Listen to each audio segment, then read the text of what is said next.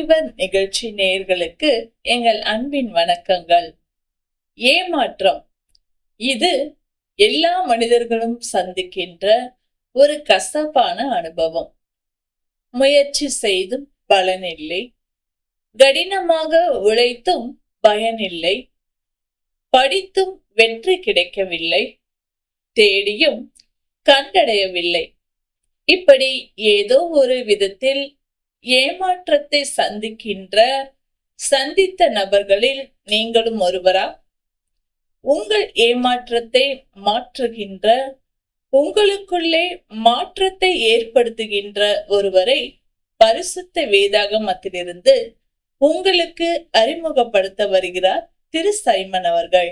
இந்நிகழ்ச்சியை கவனிக்கும் உங்கள் அனைவருக்கும் எங்கள் மேலான வணக்கத்தை மகிழ்ச்சியோடு தெரிவித்துக் கொள்கிறோம். வாழ்க்கையில் பல காரியங்கள் நம்மிடத்தில் இருந்தாலும், எவ்வளவுதான் முயற்சித்தாலும் சில நேரங்களிலே ஒரு ஏமாற்றம் அல்லது வெறுமை நிலை காணப்படும். எல்லாமே நம்மகிட்ட இருக்கும். நாமும் நன்றாகத்தான் முயற்சி செய்வோம், உழைப்போம், வேலை செய்வோம். ஆனாலும் சில நேரங்களிலே இதற்கு எந்த ஒரு பலனும் இல்லாமல் ஒரு பெரிய ஏமாற்றம், மனதிலே பெரிய ஒரு வெறுமை, இப்படிப்பட்ட அனுபவம் அநேகருக்கு இருக்கும். பாருங்கள், நடந்த ஒரு நிகழ்வை உங்களுக்கு நாங்கள் சொல்லிக்கொள்ள விரும்புகிறோம்.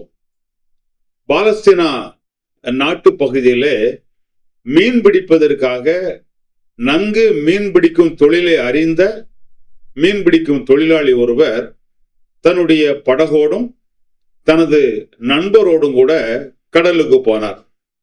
இவர்கள் கடலுக்கு போய் இரவு முழுவதும் வலை வீசி மீன் பிடிப்பதற்கு உழைத்தார்கள். ஆனால் மீன் அவர்களுக்கு கிடைக்கவில்லை. அவர்கள் மாலையிலே தங்களுடைய வலைகளை எல்லாம் அலசி கரையில் நின்று கொண்டிருக்கிறார்கள். அந்த நேரத்தில் மிகவும் பிரபலமாக அறிந்த ஒருவர், அநேகருக்கு மிக நன்கு தெரிந்த ஒருவர், அந்த பகுதியிலேயே புகழ்பெற்று விளங்கக்கூடிய ஒருவர் இப்பொழுது வலைகளை அலசி கொண்டிருக்கிற இவர்கள் இருக்கிற இந்த கடற்கரை பகுதிக்கு வந்தார். அவர் வரும்பொழுது ஏராளமான மக்கள் அவரை சூழ்ந்து கொண்டார்கள், அவரை நெருக்கினார்கள். இந்த மக்கள் வந்ததற்கு காரணம், இவருடைய பேச்சை கேட்க வேண்டும், இவருடைய வார்த்தையை கவனிக்க வேண்டும் என்ற எதிர்பார்ப்போடு ஏராளமான மக்கள் வந்தார்கள். கடற்கரையிலே இவர் இருக்கிறார். இந்த மீன் பிடிக்கிறவர்கள் வலையை அலசி கொண்டிருக்கிறார்கள் ஏமாற்றத்தோடு. மக்கள் எல்லாம் கூடி வந்த பொழுது இந்த 2 படகுகள் இருக்கிறது. அதில் ஒரு படகுல இவர் ஏறி அமர்ந்தார். அந்த படகு யாருக்குரியது என்றால் சீமோன் என்கிற ஒரு நபர், அவர் மீன் பிடிக்கிறவர். 2 படகுகளில் ஒரு படகு அவருக்குரியதாக இருந்தது. இந்த புகழ்பெற்றவர் வந்து இந்த படவில் ஏறி அமர்ந்து இந்த படவை கொஞ்சம் தண்ணீருக்குள்ளே தள்ளும்படி கேட்டுக்கொண்டார், தள்ளினார். இப்பொழுது மக்கள் எல்லாம் கரையில் நிற்கிறார்கள். இவர் இந்த படவில் அமர்ந்து கொண்டு இந்த மக்களுக்கு நல்ல போதனைகள் எல்லாம் எடுத்து சொன்னார். அதையெல்லாம் அவர்கள் கேட்டார்கள். இந்த மீன் பிடிக்கிற இந்த மனிதனும் அதை கண்டிப்பாக கேட்டிருக்க கூடும். இந்த போதனை முடிந்ததுக்கு பிறகு அவர் அந்த மனிதனை பார்த்து சொன்னாராம், உன்னுடைய படகை ஆழத்தில் தள்ளி கொண்டு போய் மீன் பிடிக்கும்படி உங்கள் வலைகளை போடுங்கள் என்றார். ஆழத்துல கொண்டு போங்க, மீன் பிடிப்பதற்கு வலைகளை போடுங்கள் என்று இவர் சொல்லுகிறார். அதற்கு அந்த மீன் பிடிக்கும் தொழிலை செய்கிற அவனுடைய பெயர் சீமோன், அவர் என்ன பதில் சொல்லுகிறார், ஐயரே, ராம் முழுவதும் நாங்கள் பிரயாசப்பட்டும் ஒன்றும் அகப்படவில்லை ஐயா. போன இரவு முழுவதும் நாங்கள் மீன் பிடிப்பதற்காக எவ்வளவோ முயற்சித்தோம், எவ்வளவோ நாங்கள் உழைத்தோம், ஆனால் ஒன்றும் கிடைக்கவில்லை. பாருங்கள், இது ஒரு ஏமாற்றம். இந்த மனிதனை பொறுத்த மட்டில மீன் பிடிப்பதற்கு வலை இருக்குது. அந்த மீன் பிடிக்கும் இடத்திற்கு செல்வதற்கும் மீனை கொண்டு வருவதற்கும் படகு இருக்கிறது. துணைக்கு இவனுடைய கூட்டாளிகள் இருக்கிறார்கள். இவருடைய தொழில், கையிலே தொழில் இருக்கிறது. ஆக நல்ல தொழில், தொழிலுக்கு தேவையான வலை உபகரணம் இருக்கிறது, கடலுக்கு போவதற்கு படகு இருக்கிறது, அனுபவம் இருக்கிறது. எல்லாவற்றிற்கு மேலாய் இதையெல்லாம் வைத்துக் கொண்டு வீட்டில் அவர் படுத்துக் கொண்டிருக்கவில்லை. அவர் நன்றாக உழைக்கிறார். ராத்திரி முழுவதும் கண் விழித்து அவர் மீனை பிடிப்பதற்காக வலை வீசிக்கொண்டே உழைக்கிறார். ஆனால் அவர் சொல்லுகிறார், ஒன்றும் அகப்படவில்லை. அநேகருடைய வாழ்க்கையில இது போன்ற அனுபவங்கள் இருக்கலாம்.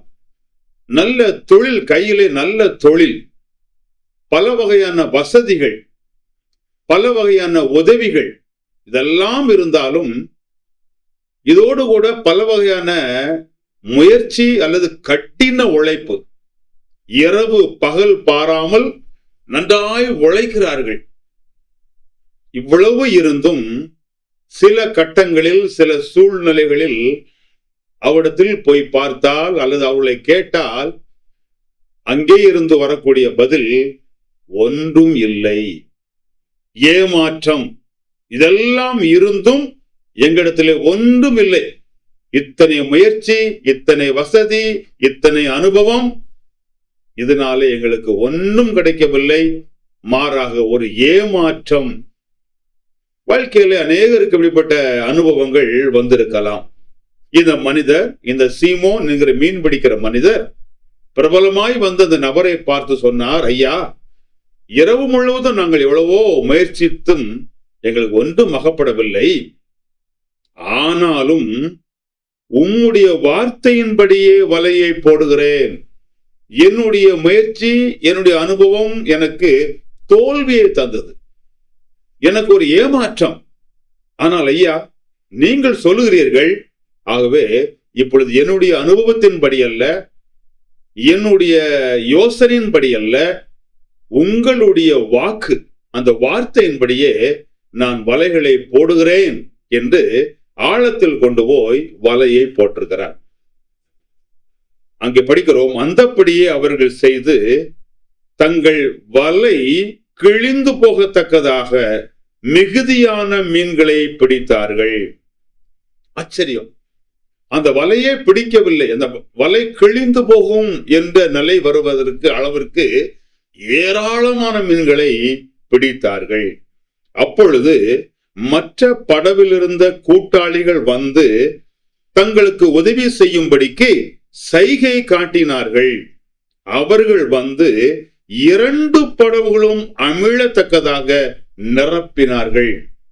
பாருங்கள், என்ன ஒரு ஆச்சரியமான ஒரு நன்மை இவர்களுக்கு கிடைத்தது. இரவு முழுவதும் இவர்கள் எவ்வளவோ உழைத்து முயற்சித்து பிரயாசப்பட்டும் ஒரு மீன் கூட கிடைக்கல. ஆனால் இப்பொழுது ஒருவர் சொன்னார், அந்த வார்த்தையின்படி இவர்கள் செய்தார்கள். ஒரு சில மீன்கள் அல்ல, வலையே கிழிந்து போகும் என்று நினைக்கக்கூடிய அளவிற்கு ஏராளமான மீன்கள். தங்களாலே அந்த மீனை கொண்டு வர இயலவில்லை. கூட்டாளியாய் இருந்த மற்ற படகுகள் அழைக்கிறார்கள், அவர்களும் வர உதவி செய்கிறார்கள். இப்பொழுது 2 படகுகளுமே தண்ணீரிலே மூழ்கி போகும் என்று சொல்லக்கூடிய அளவிற்கு ஏராளமான மீன்கள் கிடைத்தது. அது எப்படி கிடைத்தது? இதற்கு என்ன காரணமாய் இருக்கும்? நீங்கள் சிந்திப்பது போல அந்த நபர் யார்? பிரபலமாக அவரது வந்தாரே, ஆழத்தில் கொண்டு போய் வலைகளை போடுங்கள் என்று சொன்னாரே, அந்த பிரபலமான நபர் யார்? அனைவருக்கும் அறிமுகமான நபர் யார் என்பதானே? அந்த நபர்தான் கர்த்தராகிய இயேசு கிறிஸ்து. இன்றிலிருந்து ஏறத்தாழ 2000 ஆண்டுகளுக்கு மேலாக அந்த பாலஸ்தீனா பகுதியிலே வாழ்ந்து கொண்டிருந்த தேவனுடைய குமாரனாகிய இயேசு கிறிஸ்து மனிதனாகவே பாவம் இல்லாத மனிதனாக வாழ்ந்தார்.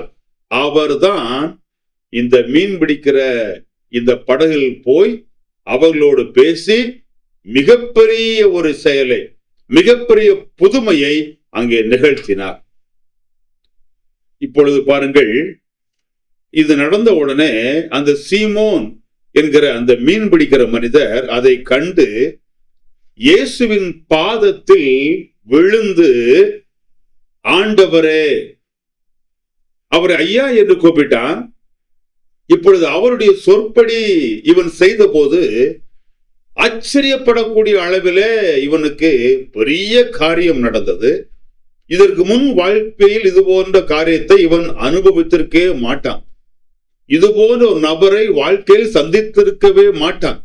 ஆகவே இப்பொழுது அவரை ஐயா என்று அழைக்கல, இப்ப இவரை ஆண்டவரே என்று அழைக்கிறான். ஒன்றை புரிந்து கொண்டான், ஆண்டவர் அல்லாமல் இந்த செயலை வேற யாராலும் செய்ய முடியாது. அவரை ஆண்டவராய் இருப்பதனால்தான் அவர் ஒரு வார்த்தை சொல்ல இவ்வளவு பெரிய காரியம் நடந்திருக்கிறது என்று சொல்லி அவரை ஆண்டவரே என்று சொல்லுகிறான். அவருடைய பாதத்திலே அவன் பணிந்து கொள்ளுகிறான். அவர் ஆண்டவராய் இருப்பதனாலே அவருக்கு வணக்கம் செலுத்த அவருடைய காலடியில் வீழ்ந்து அவரை வணங்குகிறான், அவரை பணிந்து கொள்ளுகிறான். அதற்கப்புறமாக அவன் சொன்ன காரியம், நீர் இங்கேயே இருந்து கொள்ளும், நீர் என்னோடையே இருந்து கொண்டால் இனிமேல் எனக்கு மீன் பிடிப்பதற்கு கவலையே இல்லை. நீர் ஒரு வார்த்தை சொன்னால் போதும், நாங்கள் எல்லாம் ரொம்ப கஷ்டப்பட தேவையில்லை. எங்களுடைய வலை நிறைய, எங்களுடைய படகு நிறைய மீன்கள் எளிதாக கிடைத்துவிடும். ஆகவே எங்களோடையே இருந்து எங்கள் மீன்பிடிக்கும் தொழிலுக்கு உதவி செய்யும் என்று அவன் சொல்லி இருந்தால் அது நியாயமான ஒரு சிந்தனை தான். ஆனால் அவன் அப்படி சொல்லல. என்ன சொல்லலாம் பாருங்கள், ஆண்டவரே, நான் பாவியான மனிதன். பாருங்கள், மீன் பிடிப்பதற்கும் மீன் கிடைத்ததற்கும் இவன் பாவியா இருப்பதற்கும் என்ன சம்பந்தம்? காரணம், இவரை ஆண்டவர் என்று புரிந்து கொண்டதனாலே அவன் இப்போது தன் நிலையை உணர்கிறான். ஆண்டவரே, நான் ஒரு பாவி. அப்புறம் சொல்லுகிறான், நீர் என்னை விட்டு போக வேண்டும், என்னோடே இருந்து என்ற தொழிலுக்கு உதவி செய்யும் என்று சொல்வதற்கு பதிலாய் இப்போது என்ன சொல்லுகிறான்? நீர் ஆண்டவர், நான் பாவியான மனிதன், ஆகவே என்னோடு கூட நீர் இருக்கக்கூடாது, உம்மோடு நான் இருக்க முடியாது, எனவே என்னை விட்டு நீர் போய்விடும். இந்த மனிதன் ஒரு பிரமிப்பினாலே, ஆச்சரியத்தினாலே இந்த வார்த்தைகளை சொன்னால் கூட இதற்குள்ளே ஒரு மாபெரும் சத்தியம் அடங்கி இருக்கிறது. இவரை ஆண்டவர் என்று அறிந்து கொண்ட அந்த க்ஷணத்திலேயே தன்னை ஒரு பாவி என்று உணர்ந்து கொண்டான். அருமையானவர்களே, இந்த இயேசு கிறிஸ்து இவனுடைய வாழ்க்கையில எப்படி ஒரு வெறுமை, ஏமாற்ற நிலையிலிருந்து நிறைவை கட்டளையிட்டாரோ அதுபோல இவர் எப்பொழுதுமே நிரப்புகிற ஆண்டவர் என்று வேதம் சொல்லுகிறது. நாங்கள் சொன்ன இந்த சம்பவமானது லூக்கா என்பவர் தம்முடைய நற்செய்தி நூலில் 5ஆம் அதிகாரத்தில் இதை பதிவு செய்து வைத்திருக்கிறார். மற்றொரு பகுதியை நாங்கள் உங்களுக்கு காட்டுகிறோம். அப்போஸ்தலருடைய நடபடிகள் என்கிற அந்த புத்தகத்தில் 14ஆம் அதிகாரத்தில் 17வது வசனத்தில் இப்படியாக நாம் படிக்க முடியும். அதாவது, தேவனானவர் நன்மை செய்து வந்து வானத்திலிருந்து மழைகளையும் செழிப்புள்ள காலங்களையும் நமக்கு தந்து ஆகாரத்தினாலும் சந்தோஷத்தினாலும் நம்முடைய இருதயங்களை நிரப்பி இவ்விதமாய் அவர் தம்மை குறித்து சாட்சி விளங்க பண்ணாதிருந்ததில்லை என்றார்கள். அப்போ தேவன் வானத்திலிருந்து மழையை தருகிறவர் மனிதனுடைய மனதிலே சந்தோஷத்தை, அந்த இருதயத்தில் சந்தோஷத்தை நிரப்புகிறவர். இந்த சீமோன் என்கிற மீன் பிடிக்கிற மனிதன் இருதயத்தில ஒரு ஏமாற்றம், ஒரு வெறுமையெல்லாம் இருந்தபோது இப்போ அவனுடைய மனதை சந்தோஷத்தாலே நிரப்பின இந்த இயேசு கிறிஸ்து மனுமக்கள் அநேகருடைய வாழ்க்கையில சந்தோஷத்தாலே அவர் நிரப்புகிறார். எல்லாருக்கும் மழையை தருகிறார். இதன் வாயிலாக தான் தேவன் என்பதை சாட்சியாக, அதாவது நிரூபித்துக் கொண்டிருக்கிறார். நான் தேவன் என்பதை மழையை கொடுத்து மக்களுக்கு ஆகாரத்தை கொடுத்து மக்களுடைய உள்ளங்களிலே சந்தோஷத்தாலே நிறைய செய்து தன்னை தேவன் என்று நிரூபித்துக் கொண்டிருக்கிறார். இந்த நிகழ்ச்சியை கவனித்துக் கொண்டிருக்கிற உங்களுடைய வாழ்க்கையில் ஒருவேளை எவ்வளவுதான் வேலை செய்து, எவ்வளவுதான் உழைத்து, எவ்வளவுதான் வசதி வாய்ப்புகள் இருந்து, எவ்வளவுதான் நமக்கு துணைக்கு ஆட்கள் எல்லாம் பலமெல்லாம் இருந்தும் ஒன்றுமில்லையே, நம்ம வாழ்க்கையில ஒரு ஏமாற்றம் தான் மிஞ்சி இருக்கிறதே, நம்முடைய வாழ்க்கையில ஒரு தோல்விதான் இருக்கிறதே என்று நீங்கள் நினைத்துக் கொண்டிருப்பீர்களானால், உங்களது அனுபவம் அதுவாக இருக்குமானால், இந்த நிகழ்ச்சியை நீங்கள் கவனிப்பதன் மூலமாக உங்களுக்கு நல்ல ஒரு வாய்ப்பை தேவன் தருகிறார். அந்த மீன் பிடிக்கிற மனிதனுடைய வாழ்க்கையில ஒரு நன்மையை காண செய்த தேவன் உங்கள் வாழ்க்கையிலும் காண செய்ய முடியும். அது எப்படி பெற்றுக்கொள்வது? இந்த மனிதன் சொன்னான், நான் பாவி, நீர் ஆண்டவர்.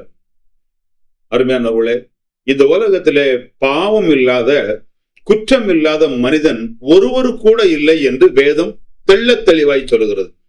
எல்லாரும் பாவம் செய்து, எல்லாரும் பாவிகள் தான். பாவத்திலே பிறந்ததினாலும் பாவ செயலை செய்ததினாலும் எல்லாரும் பாவிகள். அப்ப பாவி என்று முதலாவது நீங்கள் உங்கள் மனதார ஏற்றுக்கொள்ளணும், இல்லை என்றால் அதை ஒத்துக்கொள்ள வேண்டும். நான் பாவிதான். இரண்டாவது, இந்த கர்த்தராகிய இயேசு கிறிஸ்து ஆண்டவர். அவர் ஆண்டவராக இல்லை என்றால் இந்த அற்புத செயலை இங்கே இந்த மனிதன் கண்டிருக்க முடியாது. அவர் ஆண்டவர். இந்த பூமியிலே மனிதனாய் கன்னியின் வயிற்றிலே பிறந்தார். ஏதோ இது தானாக நடந்த ஒரு செயல் அல்ல. இந்த இயேசு கிறிஸ்து ஒரு கன்னியின் வயிற்றிலே அற்புதமாய் பிறப்பதற்கு முன்பதாக பல நூறு ஆண்டுகளுக்கு முன்னதாக வாழ்ந்த வேத வார்த்தையின் நிறைவேறுதல், வாழ்ந்த மனிதர்கள் சொன்ன அந்த வேத வார்த்தை, பல நூறு ஆண்டுகளுக்கு முன்பதாக இருந்த தீர்க்க தரிசிகள், இறை வாக்கினர் இந்த வேத வார்த்தைகளை உரைத்தார்கள். அது நிறைவேறுதலாகத்தான் ஒரு கன்னியின் வயிற்றிலே பெத்லஹேமிலே இயேசு கிறிஸ்து பிறந்தார். தேவன் மனிதனாய் பிறந்தார், தேவகுமாரனாய் பிறந்தார். இந்த உலகத்தில் அவர் மனிதனாய் வாழ்ந்தார். அவர் ஆண்டவர். மனுமக்களுடைய பாவம் அவர்களுக்கு தீராத மிகப்பெரிய தண்டனையை கொடுக்கும். பாவத்திற்கு நீதி உள்ள தேவன் தீர்ப்பை கொடுக்கும் பொழுது அந்த பாவத்தினாலே மனிதன் தேவ தண்டனையாகிய நரகத்திற்கு செல்ல வேண்டும். அதிலிருந்து மனிதனை மீட்கும்படியாகத்தான் ஆண்டவராகிய இயேசு கிறிஸ்து இந்த பூமியிலே பிறந்தார், வாழ்ந்தார் என்பது மட்டுமல்ல, இந்த பாவியான மனிதனுக்கு பாவத்திலிருந்து விடுதலையும், பாவத்தின் தண்டனையிலிருந்து விடுதலையும், அவனுடைய உள்ளத்திற்கு சந்தோஷத்தையும் கொடுக்கும்படியாக தன்னுடைய உடலையும் தன்னுடைய இரத்தத்தையும் சிலுவையில் அவர் பலியாக கொடுத்தார். இரத்தம் சிந்தி சிலுவையிலே உயிர் விட்டு மரித்தார். அவரை அடக்கமடினார்கள். மூன்றாம் நாள் உயிர்த்து எழுந்து பரமேறி போயிருக்கிறார். இன்றைக்கும் உயிரோடு இருக்கிறார். மீண்டும் ஒரு நாள் இந்த பூமிக்கு வருவார். இவரை பற்றிய இந்த சத்தியங்களை யாரெல்லாம் மனதார நம்பி தங்களை பாவிகள், நான் ஒரு பாவி என்று ஒத்துக்கொண்டு தன்னுடைய பாவத்தை மன்னிக்க வேண்டும் என்று அவரிடத்திலே வேண்டுதல் செய்து அவரை ஆண்டவராக யாரெல்லாம் நம்பி இருக்கிறார்களோ அவர்கள் அனைவருமே உயிரோடு இருந்தாலும், ஒருவேளை அவர் வரும்போது மரித்திருந்தாலும், அவர்கள் எல்லாம் தம்மோடு கூட அவர் சேர்த்து கொண்டு ஒரு பரலோக பேரின்ப பெருவாழ்வை தரப்போகிறார். இதை யார் நம்புகிறார்களோ அவர்களுக்கு அவர் ஆண்டவராயிருக்கிறார். அவருடைய உள்ளத்தை அவர் மகிழ்ச்சியினாலே நிரப்புகிறார். எனவே இந்த மீன் பிடிக்கிற சீமோன் என்னுடைய வாழ்க்கையில மிகப்பெரிய நன்மையின் மாற்றத்தை கொடுத்த தேவன் உங்கள் வாழ்க்கையிலும் தருவதற்கு அவர் வல்லவராயிருக்கிறார், விரும்புகிறார். அதை பெற்றுக்கொள்வதும் பெற்றுக்கொள்ளாமல் இருப்பதும் உங்களை பொறுத்துதான். இந்த மனிதனை போல நான் ஒரு பாவி, நீர் ஆண்டவர், உம்மை நான் ஏற்றுக்கொள்கிறேன், உம்மை நான் விசுவாசிக்கிறேன் என்று மனதார அந்த இயேசு கிறிஸ்துவின் மீது நம்பிக்கை வைப்பீர்களானால் உங்களுக்கும் அவர் சந்தோஷத்தையும் உங்கள் ஏமாற்றத்திலிருந்து விடுதலையும் கொடுப்பதற்கு அவர் உங்கள் மீது அன்பாகவும் அதற்குரிய ஆற்றல் கொண்டவராயும் இருக்கிறார். விதமா ஏற்றுக்கொண்டு எப்படி வாழ வேண்டும் என்று அவர் வேதத்தை தந்திருக்கிறார். அந்த நீங்கள் ஏற்றுக்கொண்டது உண்மைதான், நம்பினது உண்மைதான் என்பதை அவர் கொடுத்த வேத வாக்கியங்களின் அடிப்படையில் வாழ்வதன் மூலமாய் நிரூபித்து காட்டி இந்த உறுதியை பெற்றுக்கொள்ள தேவன் உங்களுக்கு உதவி செய்ய வேண்டும் என்று உங்களை வாழ்த்துகிறோம். கர்த்தர் தாமே உங்களை ஆசீர்வதிப்பாராக. ஆமென். நீங்கள் இயேசுவின் அன்பையும் பாவ மன்னிப்பையும் நித்திய ஜீவனையும் பெற்றுக்கொள்ள வேண்டுமானால் அவரே உங்கள் பாவத்திற்காக தேவன் அருளிய பலி என உணர்ந்து விசுவாசத்துடன் அவரை உங்கள் வாழ்க்கையில் ஏற்றுக்கொள்ளுங்கள். இது உங்கள் இருதயத்தின் வாஞ்சியை வெளிப்படுத்துமானால் இந்த விசுவாச ஜெபத்தை இப்பொழுதே ஜெபியுங்கள். அப்பொழுது அவர் உங்கள் வாழ்க்கையில் வருவார். இது ஒரு ஜெபத்தின் மாதிரி. முதலில் நான் சொல்கிறேன். ஆண்டவராகிய இயேசுவே, நீர் எனக்கு தேவை. என் பாவத்திற்காக நீ சிலுவையில் மரித்ததுக்கு நன்றி. என் வாழ்க்கையின் கதவை நான் திறந்து உம்மை என் இரட்சகராகவும் ஆண்டவராகவும் ஏற்றுக்கொள்கிறேன். என் வாழ்க்கையை நீர் ஆட்கொண்டு நான் எப்படிப்பட்டவனாக இருக்க நீர் விரும்புகிறீரோ அப்படியாக என்னை மாற்றும். ஆமேன். இந்த ஜெபம் உங்கள் உள்ளத்தின் விருப்பத்தை வெளிப்படுத்துமானால் இப்பொழுதே நீங்கள் இருக்கும் இடத்தில் இந்த ஜெபத்தை ஜெபியுங்கள். நான் இந்த ஜெபத்தை ஒவ்வொரு வாக்கியமாக சொல்லும்போது நீங்களும் அமைதியாக சொல்லுங்கள். ஆண்டவராகிய இயேசுவே, நீர் எனக்கு தேவை. என் பாவத்திற்காக நீ சிலுவையில் மரித்ததுக்கு நன்றி. என் வாழ்க்கையின் கதவை நான் திறந்து உம்மை என் இரட்சகராகவும் ஆண்டவராகவும் ஏற்றுக்கொள்கிறேன். என் வாழ்க்கையை நீர் ஆட்கொண்டு நான் எப்படிப்பட்டவனாக இருக்க நீர் விரும்புகிறீரோ அப்படியாக என்னை மாற்றும். ஆமேன். இப்பொழுது நீங்கள் இந்த விசுவாச ஜெபத்தை ஜெபித்துள்ளீர்கள். இயேசு கிறிஸ்துவை உங்கள் வாழ்க்கையில் வரும்படி அழைத்திருக்கிறீர்கள். அவரை வேண்டிக் கொள்ளும்போது அவர் வருவதாக வாக்களித்துள்ளதால் அவர் வாக்களித்தபடியே வந்துள்ளார் என்பதை நிச்சயமாய் அறிந்து கொள்ளுங்கள். மேலும் உங்கள் பாவங்கள் மன்னிக்கப்பட்டது என்றும் நீங்கள் தேவனுடைய பிள்ளையாகி நித்திய ஜீவனை பெற்றுக்கொண்டீர்கள் எனவும் உறுதி கொள்ளுங்கள். பிரார்த்தனை செய்வோம். பரலோக பிதாவே, உமக்கு நாங்கள் ஸ்தோத்திரம் செலுத்துகிறோம். வாழ்க்கையிலே எவ்வளவோ பிரயாசம், எத்தனையோ விடாமுயற்சி, எத்தனையோ வசதி வாய்ப்புகள் இருந்தும் ஏமாற்றத்தோடும் தோல்வியோடும் வாழ்கிற மக்களுக்காய் வேண்டுகிறோம்.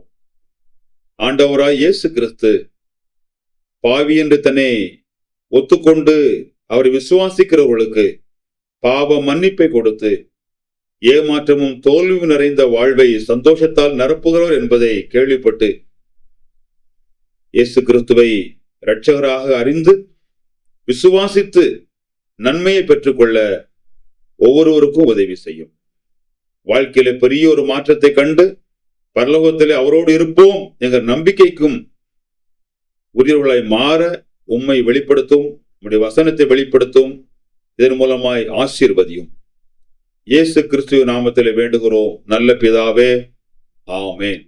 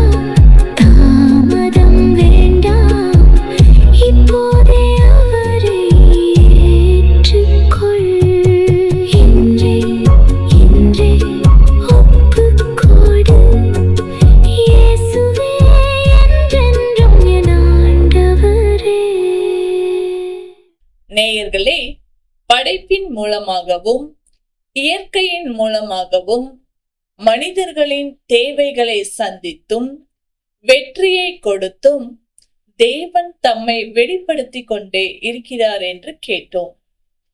உங்கள் வாழ்க்கையில் ஏமாற்றத்தை மாற்றி புதிய வாழ்க்கையை கொடுக்கவே தெய்வமான இயேசு கிறிஸ்து மனிதனாக வந்து நமக்காக சிலுவையில் இரத்தம் சிந்தி மரித்தார். மரித்து அடக்கம் பண்ணப்பட்டு 3ஆம் நாள் உயிரோடு எழுந்து இன்றைக்கும் ஜீவிக்கின்றார். தான் பாவி என்று ஒத்துக்கொண்டு இயேசுவே தெய்வம் என்றும் அவரே என்னுடைய பாவங்களுக்காக சிலுவையில் மரித்து அடக்கம் பண்ணப்பட்டு 3ஆம் நாள் உயிரோடு எழுந்தார் என்றும் நம்பி அவரை உங்கள் சொந்த இரட்சகராக ஏற்றுக்கொண்டால் உங்கள் வாழ்க்கையிலும் மாற்றத்தை ஏற்படுத்துவார். மரணத்திற்கு பின்பு பரலோக பேரின்பத்தையும் கொடுப்பார். இந்த தெய்வமான இயேசு கிறிஸ்துவை ஏற்றுக்கொண்டு ஏமாற்றத்திலிருந்து விடுதலை பெற்றுக்கொள்ள விரும்புகிறீர்களா? உங்கள் கேள்விகள் மற்றும் சந்தேகங்களுக்கு விடை தெரிந்து கொள்ள தயக்கமின்றி எங்களை தொடர்பு கொள்ளுங்கள். எங்கள் முகவரி: ஒளியும் வாழ்வும் இயக்கம், C26, ஜெய்நகர், திருவெரும்பூர், திருச்சிராப்பள்ளி 620013. அலைபேசி எண் 7598137441 மற்றும் 9487007441. Email ID tv@lala.org.in. நேயர்களே, இன்றைய நிகழ்ச்சி உங்கள் ஏமாற்றத்தை மாற்றியிருக்கும் என்று நாங்கள் நம்புகிறோம். மீண்டும் அடுத்த வாரம் இதே நேரத்தில் ஒளிபரப்பாகும் மற்றொரு யாரிவர் நிகழ்ச்சியை காண தவறாதீர்கள். இந்த நிகழ்ச்சி உங்களுக்கு பயனுள்ளதாக இருந்தால் மற்றவர்களுக்கும் பகிருங்கள். ஒளியும் வாழ்வும் இயக்கத்தின் சார்பாக உங்களுக்கு எங்கள் வாழ்த்துக்கள். நன்றி, வணக்கம்.